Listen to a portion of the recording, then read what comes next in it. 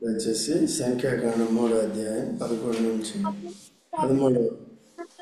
13వ వచనం వరకు ధ్యానించుకుని ప్రార్థనలోకి వెళ్దాం. మరియు యెహోవా మోషేకి ఇలా సెలవిచ్చెను, ఇదిగో నేను ఇశ్రాయేళ్ల తొలిచూలి అయిన ప్రతి మగ పిల్లకు మారుగా ఇశ్రాయేల్లో నుండి లేవీయులను నా వశం చేసుకుని ఉన్నాను. ప్రతి తొలిచూలియు నాది గనుక లేవీయులు నా వారై ఉందురు. ఇక్కడ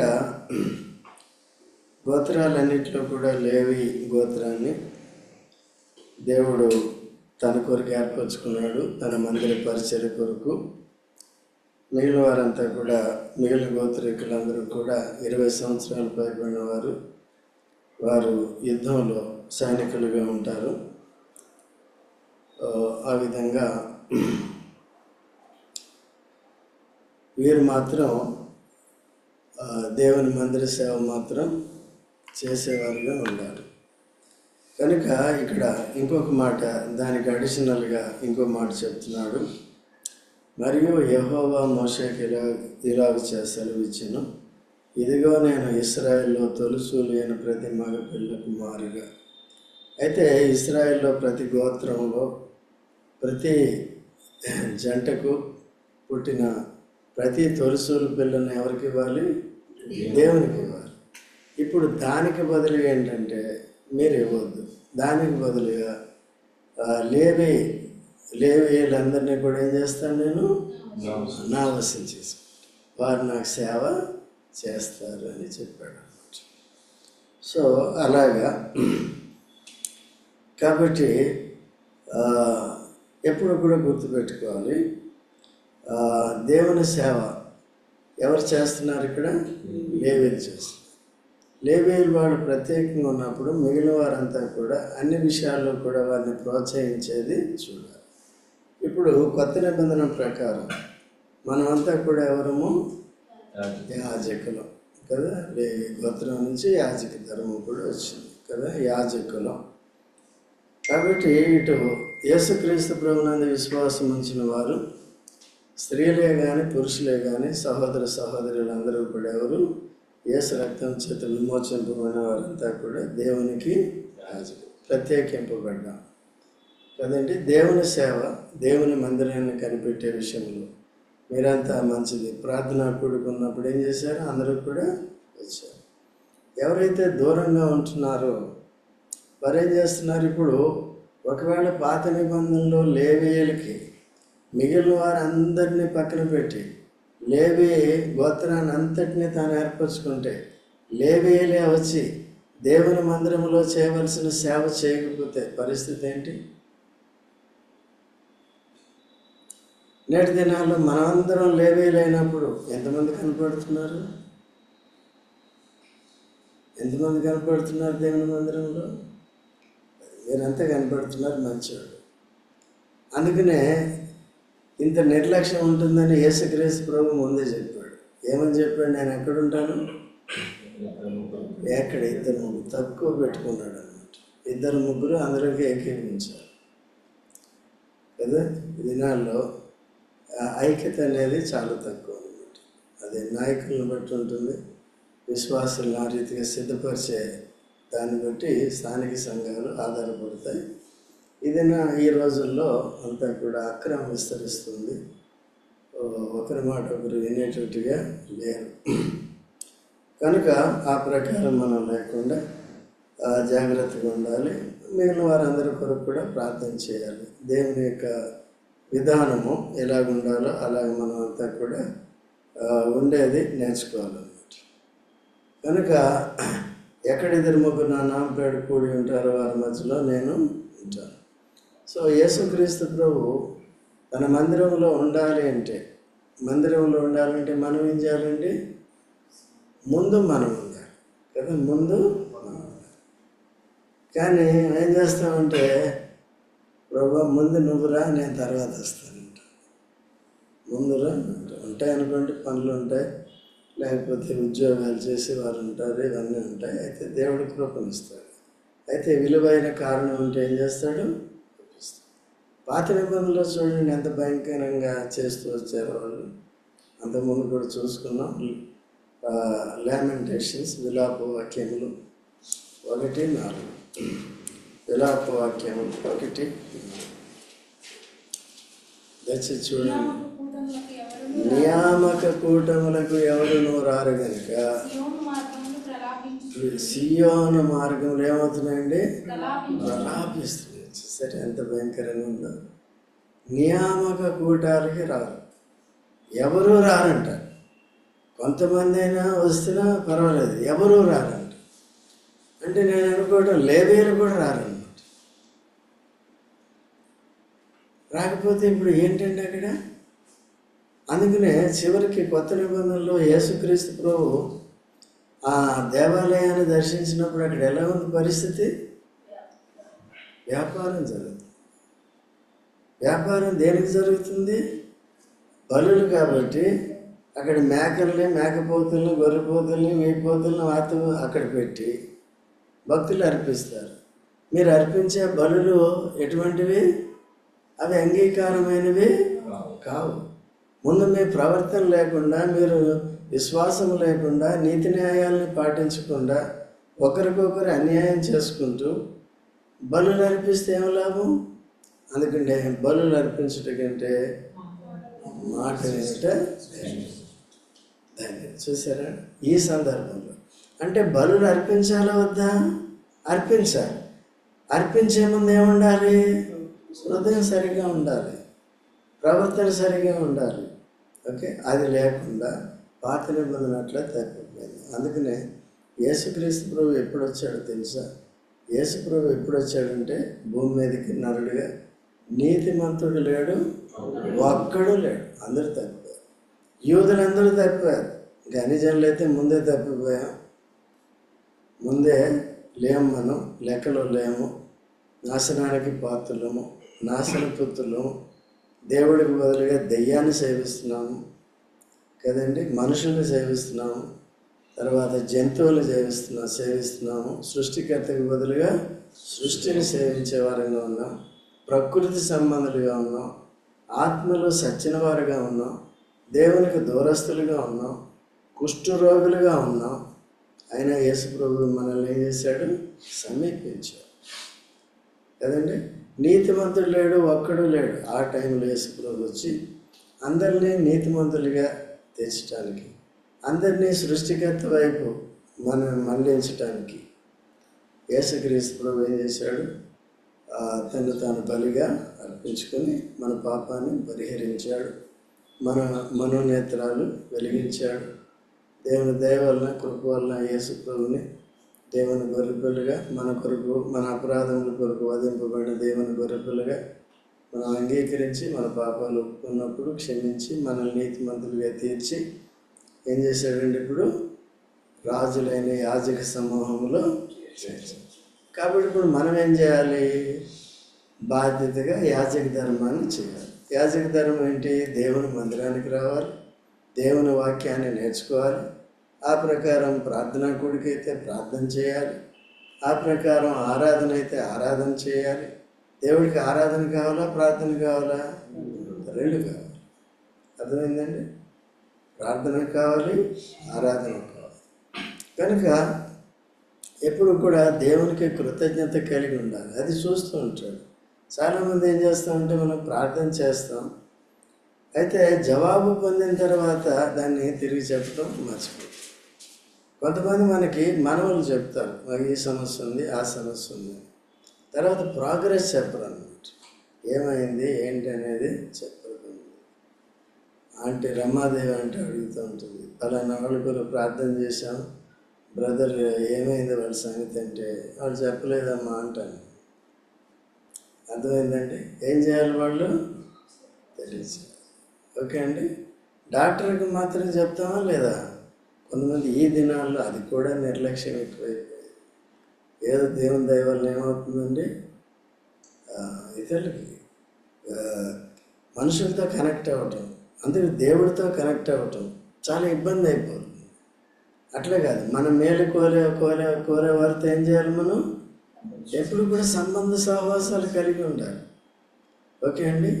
దేవుడి కంటే కూడా లేక యేసు ప్రభు కంటే కూడా మనం ఇంకా క్షేమకరమైన వ్యక్తులు ఎవరున్నారండి? క్షేమకరమైన వారు ఎవరున్నారు మనకి? లేరు కదా. సో యేసు ప్రభువుని ఎప్పుడు కూడా మనం ఆశ్రయించేటప్పుడు జాగ్రత్తగా ఉండాలి. పాత నిబంధనలో భక్తులందరూ తప్పిపోయారు. తర్వాత నీతిమంతుడు ఒక్కడు లేడు. అటువంటి సమయంలో యేసు ప్రభు వచ్చి అందరి దారిద్ర్యాన్ని, అందరి పాపాన్ని తన మీద వేసుకుని తన నీతిని, పరిశుద్ధతను మనకిచ్చి తన జీవంలోనికి దాటించి అంత మాత్రమే కాకుండా ఏకంగా అందరినీ ఏం చేసేసాడండి? లేవీయులుగా చేసేసాడు, లేకపోతే యాజకులుగా చేశాడు. అయితే మనము నిర్లక్ష్యం చూపించుకుంది. ఆదివారం చాలామంది వస్తారు, కానీ మిగిలిన రోజుల్లో కనపడరు. అట్లా ఎప్పుడు కూడా రెగ్యులారిటీ అనేది ఉండాలి. లేకపోతే ఇందాక చదువుకున్నాం కదా, నియామక కూటములకి ఎవరు రారు గనుక స్మగ్న మార్గములు ప్రలాపించు నీ ఇంటికి మందిరానికి. ఇప్పుడు దేవుడు కరోనా వచ్చిన తర్వాత ఈ టెక్నాలజీ ఫెసిలిటీస్ ఇచ్చాడు. దీనికి కూడా చాలామంది కష్టమైంది. కాబట్టి ఓన్లీ మనకి శ్రమ ఉన్నప్పుడు వచ్చేది కాదు కదా, వేరే వారి కొరకు కూడా మనం ఏం చేయాలి? ప్రార్థన చేయాలి. మిగిలిన లోకంలో నశించిపోయే ఆత్మల కొరకు కూడా ఏం చేయాలి? ప్రార్థన చేయాలి. మనకి అన్ని రకాల యాజక ధర్మం జరిగించాలి. సువార్త కూడా ఏంటండి? యాజక ధర్మం. ఎక్కడుంది? రోమా 15:16 చదవండి త్వరగా. రోమా 15:16 చదవండి త్వరగా. ఆయనను అన్యజనులను అర్పణ బడి అగినట్లు దేవుని చేత నాకు అనుగ్రహింపబడిన కృపను బట్టి ఇప్పుడు ఏమంటాడండి? ఇప్పుడు యాజక ధర్మానికి పౌలు న్యాయం చేస్తున్నాడా లేదా? కొంత చేస్తున్నాడా? సంపూర్ణంగా చేస్తున్నాడా? సంపూర్ణ. సో మనం కూడా ఈ యాజక ధర్మం విషయంలో కూడా ఎక్కడికి వెళ్ళాలి? ఇప్పుడు సంపూర్ణతలోకి వెళ్ళాలి. అందుకని పౌల్ని మనం మాదిరిగా పెట్టుకుంటాం. ఓకేనా? సువార్త విషయంలో యాజక ధర్మాన్ని ఏం చేశాడు? అన్ని జనుల రక్షణ కొరకు యాజక ధర్మాన్ని జరిగించాడు. ఎన్ని శ్రమలండి సువార్త చెప్పినప్పుడు. సో మన వాళ్ళు చాలామంది రారు, అయినప్పటికీ దేవుడి శేషాన్ని పెట్టుకుంటారు. ఓకే, మీకు రియల్గా కొన్ని ప్రాబ్లమ్స్ ఉంటాయి. ఉన్నప్పుడు మన దగ్గర కూడా కొన్ని ఫ్యామిలీస్ వస్తాయి సువార్తకి. వాడికి కూడా అప్పుడప్పుడు అనారోగ్య పరిస్థితి కానీ లేకపోతే ఇంకో ఇబ్బందులు కానీ వచ్చినప్పుడు బ్రేక్ తీసుకుంటారు. మళ్ళీ తగ్గిపోయిన తర్వాత ఏం కావాలి? అసలు మళ్ళీ రావాలి. ఎందుకు రావాలి? మనం యాజకులం కాబట్టి ఏం చేయాలి? ఆదివారం ఎప్పుడో వచ్చేసి ఒక రోజు, దేవా రాజులైన యాజక సమూహంలో నన్ను చేర్చావు, నీకు వందనాలంటే, నువ్వు యాజక ధర్మం చేయకుండా నేను యాజకుడు నేను ఎట్లా చెప్తావు? శోభమ్మా చేస్తున్నాను నేను ఊరికే చెప్తున్నా కదా. యాజక ధర్మం చేయకుండా యాజకులు మనం ఎట్లా చెప్తావు? యాజకుడిగా చేశాడు, నీకు ఉద్యోగం ఇచ్చాడు, ఆంధ్ర బ్యాంకులో ఉద్యోగం ఇచ్చాడు. ఏం చేయాలి? ఉద్యోగం చేయాలా వద్దా? ఇంట్లో కూర్చుంటా అంటే ఎట్లా? కూర్చో బాబు, జీతం కూడా రాదంట, అంతేనా? సో అందుకనే ఈ దైవికమైన విషయాలు చాలా జాగ్రత్తగా ఉండాలి.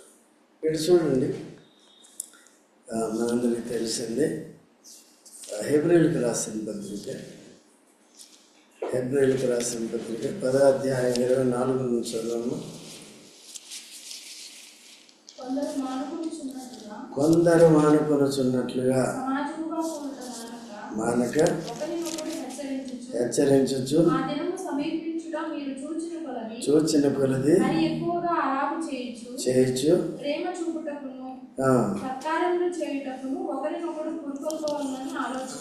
చూశారండి. ఇక్కడ ఎందుకు రావాలంటే సమాజంగా కొందరు మానుకొంచున్నారు, కొందరు వస్తున్నారు. వచ్చేవాళ్ళు దైవభక్తి కలిగిన వారు, విధేయత కలిగిన వారు. మనం ఏ జాబితాలో ఉండాలి? కొందరు కొనసాగుతున్నారు, కొందరు ఏం చేస్తున్నారు? దేంట్లో ఉండాలి మనం? కాబట్టి ఆ కారణాలు వేరేగా ఉంటాయి. కారణాలు సంఘం కారణం కాదు, కానీ సంఘం మీద పెట్టేస్తారు. ఎవరు? మానుకునేవాళ్ళు. అక్కడ సరిగ్గా చెప్పట్లేదండి, అక్కడ అది చేయట్లేదండి. లోపం ఎవరిలో ఉంది? నీళ్ళు. ఏదో అది పక్కన పెట్టేసి పచ్చకామర్లోడికి ఏంటి సంఘం. ఇక్కడ సంఘం ఎప్పుడు కూడా చెప్తుంది. ఏం చెప్తుంది? నీలో ఉన్న లోపాలు ఏంటి, నాలో ఉన్న లోపాలు ఏంటి అనేది చెప్తుంది. అందుకనే కదా వాక్య పరిచయం. నేను సరిగానే ఉన్నాను, నేను కరెక్ట్గా ఉన్నాను అంటే కాదు. అదే కుతంత్రాలు చేసేవారు కూడా ఉంటారన్నమాట. ఎందుకంటే శరీరతత్వం, ఆత్మీయంగా మారలేదు, పేరుకుంటారన్నమాట. సో ముఖ్యంగా ఈ వేరే బోధనలకు అలవాటు పడిన వాళ్ళు, అందుకని మేము వివాహాల్లో చెప్తాం కదా, ఒకే సిద్ధాంతాన్ని అనుసరించే వారిని పెళ్లి చేసుకోవటం చాలా ముఖ్యం. అటు ఇటు పోతే ఏమవుతుంది? వాళ్ళేమో ఇక్కడికి రావటం వాళ్ళకి ఇష్టం ఉండదు, ఈయన ఏమో ఇప్పుడు ఆమెను బట్టి ఏం చేయాలి అంటే ఆత్మీయ జీవితాన్ని చంపుకుంటున్నారు. అందుకనే పిల్లలకి పెళ్ళిళ్ళు చేసేటప్పుడుగా ఇవన్నీ కూడా జాగ్రత్తగా చూసుకోవాలి. ఇది యాజక ధర్మం అనేది జీవితాంతం కూడా నమ్మకంగా చేయాలి. ఎందుకంటే లేవీయుల్లాగా మనల్ని అందరినీ తన కొరకు ఏం చేశాడు? ప్రత్యేకించుకున్నాడు మనం. కాబట్టి యాజక ధర్మాన్ని హత్తుకోవాలి. We must embrace the ministry of ఏంటది యాజ్ ప్రీస్ట్హుడ్. ఓకేనండి. కాబట్టి ఏముందమ్మా 10:24 మానుకొనిచున్నట్టుగా సమాజముగా కూడా మానక ఒకరినొకడు ఏం చేయాలంటే మొదట ఏముంది? హెచ్చరించారు. నువ్వు రావట్లేదానికి ఏం చేయాలి? హెచ్చరించాలి. అందరికీ, నాకైనా ఎవరికైనా అందరికీ మనం అందరం కూడా హెచ్చరికను ఏం చేయాలి? దేవుడు హెచ్చరించినప్పుడు విసుక్కూడదు. దేవుడు హెచ్చరించినప్పుడు మనం విసుక్కూడదు. ఏం చేయాలి? తప్పులుంటే సరి చేసుకుంటే దేవుడు క్షమించి, సరే బాబు ఇప్పుడు అయిపోయింది, సరే ఇక్కడి నుంచి ముందుకు సాగని దేవుడు సిద్ధపరుస్తాడు. దీనికి గొప్ప బహుమానం ఇస్తాడు. ఇప్పుడు మోషే లాంటి వాళ్ళు ఎంత కష్టపడ్డారు, ఎంత శ్రమ పడటం కాదు కానీ ఎంత వదులుకొని వచ్చారు భౌతికమైన విషయాలు. రాకుమారుడిగా ఉండేది, ఆ రాజగృహంలో సుఖంగా ఉండేది, దీని అంతటిని వదిలిపెట్టి ఏం చేశాడు? ఎడారిలోకి వచ్చేసాడు. ఇశ్రాయేలు ప్రజల్ని చూసారా? వారు ఒక్క మాటల వారికి ఏది తక్కువ వచ్చినా దేవుని వైపు చూడరు, కానీ ఈయన వైపు చూస్తారు. మనిషిని చూడకూడదు, ఎవరిని చూడాలి? ఇప్పుడు నేను కూడా మీ అందరినీ ఇట్లా సమకూర్చేది ఎందుకు? నా వైపు చూడమన్నా. ఎవరి వైపు చూడాలి? ఆ సమస్య అయినా ఆయన వైపు, మీ సమస్య అయినా ఆయన వైపు. అందుకని ఏం చేయాలి? సమాజంగా సంఘానికి కూడా తెలియాలి మీ సమస్యలు. తెలిసినప్పుడు చేస్తాం, లేకపోతే కష్టం అవుతుంది. మనం ఒంటరిగా భరించలేం, మన సమస్యలు మనమే భరించలేం. కాబట్టి ఆనాడు మోషే కూడా అన్నాడు, నేను ఒంటరిగా భరించలేకపోతున్నాను అంటే, అప్పుడు వాళ్ళ మామ ఇద్దరు వచ్చి ఏం చేశాడండి? బాబు అంతే, నువ్వు కష్టమయ్యా నీ లైఫ్కి, నువ్వు ఒక్కడు అంత పెట్టుకోక అందరినీ కూడా ఏం చేయాలి? ఈ సేవ చేసేవారు కూడా అంతే, అన్నీ వాళ్ళు పెట్టుకోకూడదు. ఎవరి పరిచయం ఏం చేయాలి? వాళ్ళకి డిస్ట్రిబ్యూట్ చేయాలి. అయితే ఏంటంటే ఎవరంటే వారికి కాకుండా నమ్మకమైన వారికి ఇచ్చేదిగా చూసుకోవాలి. వారు కూడా మాదిరి అనేది పాటించాలి. అయితే మొట్టమొదటిగా ఏం చేయాలంటే సమాజంగా కూడినప్పుడు హెచ్చరించు అంటే ఇది కంటిన్యూస్ అనమాట. ఏదో ఒకసారి చెప్పేసి వదిలేసేది నువ్వు మార్చుకోవాలి. దేవుడు నన్ను మార్చడానికి ప్రయత్నం చేయకూడదు. ఎవరు మారాలి? చెప్పామంటే అది సత్యం. నీ మీద ఏదో మాకు ఈర్ష్య ఉందో, కోపం ఉందో, పగ ఉందని ఎప్పుడు చెప్తే అది నాకు పాపం, నన్ను వాడుకోవద్దు. ఏదైనా చెప్పామంటే ఉంటేనే చెప్తాం, వాక్యానికి విరుద్ధంగా ఉంటేనే చెప్తాం, లేకపోతే. కాబట్టి ఏం చేయాలి? మీరు మార్చుకోవాలి. తర్వాత ఆ దినం సమీపించుట మీరు చూచిన కొలది మరీ ఎక్కువగా. ఆ దినం అంటే ఏ దినం? యేసు ప్రభు రెండో రాకడ కదా. సమీపం. ఆ దినం అంటే దీంట్లో ఇది కూడా కలుపుకోవచ్చు, మన దినం, మనం పోయే దినం. లోకంలో భయంకరమైన మాట అంటారు, పొయ్యాకాలం అంటారు. పొయ్యే కాలం అంటే మనం పోయేది యేసుప్రభు వచ్చేది. యేసుప్రభు వచ్చినా దాని దగ్గరికి వెళ్ళాలి, మనం పోయినా ఆయన దగ్గరికి వెళ్ళాలంటే ఏం చేయాలి? సమాజముగా కూట మానక ఎప్పటికప్పుడు హెచ్చరికలు పొందుతూ సరి చేసుకుంటూ దేవుడిచ్చిన పరిచర్యను, దేవుని మందిరాన్ని, యేసు ప్రభుని హత్తుకొని వాక్యాన్ని సరిగ్గా నేర్చుకుంటూ ఎక్కడ కూడా దేవుడిని సంగతులు మనకు నేర్పిస్తున్నప్పుడు మిస్ అవ్వడానికి ప్రయత్నం చేయకూడదు. ఒకవేళ మిస్ అయినప్పటికీ కూడా ఇంత శ్రద్ధ తీసుకుని మీకు యూట్యూబ్లో కూడా పంపిస్తుంది. ఒక్కొక్కటి దగ్గర ఒక ఐఫోన్లు అంటారు, లేకపోతే ఇంకేం ఫోన్లు అవి, అది శాంసంగ్ అంటారు, ఈ సంఘ్ అంటారు, ఆ సంఘ్ అంటారు. కొన్నిసార్లు చాలామంది ఇది దేవుని వాక్యం వినరు. అర్థమైందండి? అందరికీ ఏ ఫోన్లు కావాలి? ఐఫోన్ కావాలి. దేనికి కావాలి ఐఫోను? కాబట్టి దేవుని వాక్యాన్ని సరిగ్గా నేర్చుకోవాలి. అలాగే చేయొచ్చు. ఇంకేం చేయాలంట?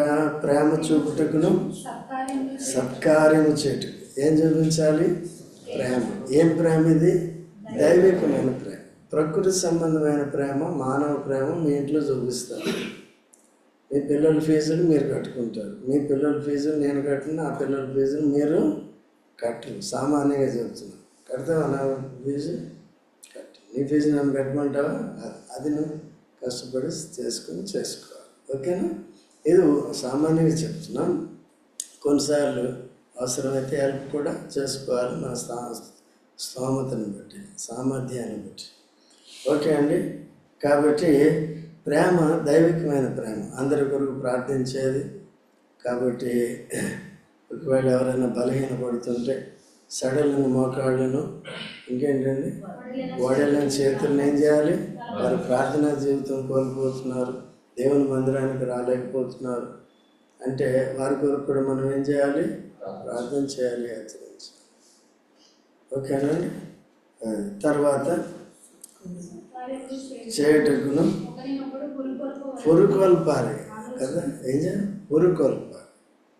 ఇక్కడ కొంతమంది ఏం చేస్తారా, నాకెందుకులే అంటాడు, అంకుల్ చూసుకుంటాడు. ఓకే, అంకుల్ చూసుకుంటాడు, తక్కువ మంది కాబట్టి నాకు పెద్ద ఇబ్బంది లేదు. అదే పెద్ద సంఘం అంటే మిగిలిన వాళ్ళు కూడా ఏం చేయాలి? చూసుకోవాలి. అయితే ఏంటంటే అందరినీ ఒక తాటిగా పెట్టేటట్టు చూడాలి. కొంతమంది ఏం చేస్తారంటే చిన్న సంఘం అని అందుకని స్ట్రిక్ట్గా చూస్తారు, గ్రూప్ చేసేస్తారు. గ్రూప్ అయిపోకూడదు. ఎప్పుడు కూడా సంఘం అంతా కూడా ఏం చేయాలి? మన లిస్టులో ఎవరి పేర్లు ఉన్నాయి? నా గ్రూప్లో వాళ్ళ పేర్లు ఉన్నాయా? ఎవరి పేర్లు ఉన్నాయి? అందరి పేర్లు ఉన్నాయి. ఓకేనా? అట్లా మనం ఏంటంటే కామన్గా మంచి మనసు కలిగి దేవుని సేవ చేసేవారు, యాజక ధర్మం జరిగించేవారు అంతా కూడా సంఘం మనమంతా ఒకటే అనే అభిప్రాయంలోకి తీసుకోవాలి. ఎవరికి కూడా అవకాశం ఉంటుంది. ఎవరికైనా గ్రూపిజం వచ్చిందంటే అది విస్పరింగ్ వస్తుంది, లేకపోతే ఒకరి మీద ఒకరు చెప్పుకోవడం వస్తుంది. నిన్న మా శోభం వెళ్ళింది ఒక దగ్గరికి. మేము వచ్చేసిన తర్వాత ఇంక ఒకరి మీద ఒకరు చెప్పుకోవడం ఉంటుంది, అంతేనా? ఏం భక్తి అండి ఇది? ఇక్కడ చేస్తామా అట్లా మరి కదా? అట్లా చేయకూడదు. ఒకరి మీద ఒకటి చెప్పుకుంటే చూడండి, ఒక మాట చెప్పుకుని ముగించుకుందాం. యాకోబు పత్రిక 4వ అధ్యాయం. యాకోబు పత్రిక 4వ అధ్యాయము దయచేసి 11వ వచనం చదవండి. సహోదరులారా, సహోదరులారా, ఏం చేయాలండి? ఒకరికి విరోధంగా ఒకరు మాట్లాడమని ఉందా? మాట్లాడుకుడి.